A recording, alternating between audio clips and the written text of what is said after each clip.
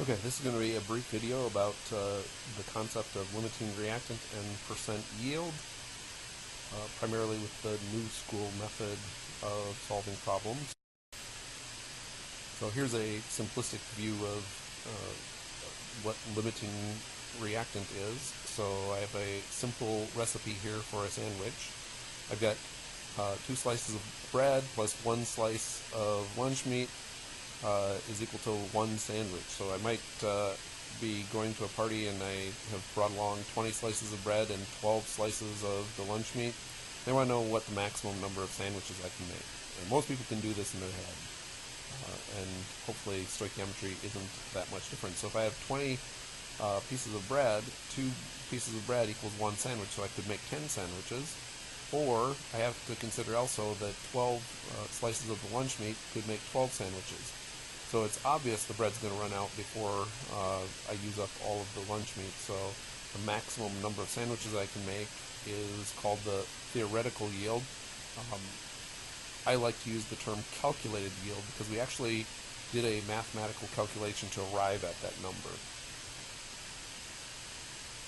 The substance that led to that maximum yield is called the limiting reactant, and that's the one that runs out first. Okay, so let's do this from a chemical perspective here. So I want to know what mass of magnesium oxide I can prepare if I have 10 grams each of magnesium and oxygen. So I put them on the table, and then I'm going to put in their molar masses. And remember that oxygen is O2, so I've got to double the mass that I see for oxygen on the table. And I only use magnesium once because it is grams per 1 mole, not 2, even though there's a coefficient there. We use the coefficient for comparing between substances. Okay, I'm going to divide down.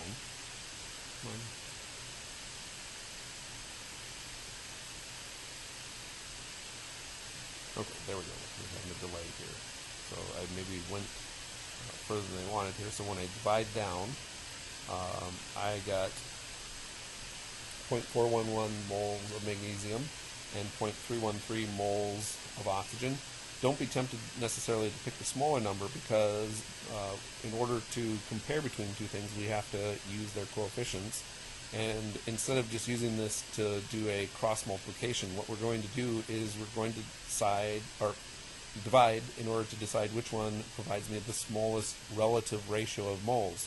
So when I divide each of these numbers by their coefficients, I get what I call my comparison number. So when I take 411 divided by 2, I get 0.206, and I get 0.313 when I divide by 1. So the one that gives me the smallest comparison number is going to be the one that runs out first. So in this case, it's going to be my magnesium that runs out first.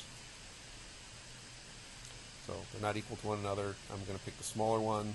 That's my limiting reactant, and I pretty much get rid of the one that is my excess reactant, or I make a note that that's my excess reactant. Quite often I'll just cross out that entire column just so I don't get distracted by it.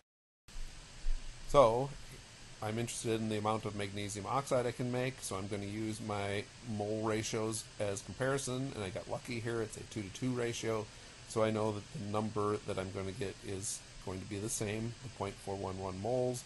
I'm going to use my molar mass, multiply up, and I should expect to get 16.6 grams. This is what we call our theoretical yield. I like to call it my calculated yield because I didn't even have to go into the lab to figure this out. I just did this with my calculator. In the old school way of doing this, we would have had to calculate the quantity of magnesium oxide that could be prepared from each of the reactants, and then limit or find out which one produced the smallest amount, and then call that my limiting reactant, and then of course that also would have been my theoretical yield. So ignore this completely. It's way too distracting to actually do it in practice. Okay, so sometimes there's a follow-up with these. Not only do we want to find the calculated yield, we want to find our percent yield. So a percent yield is actually a pretty simple concept. It's our actual over our theoretical yield.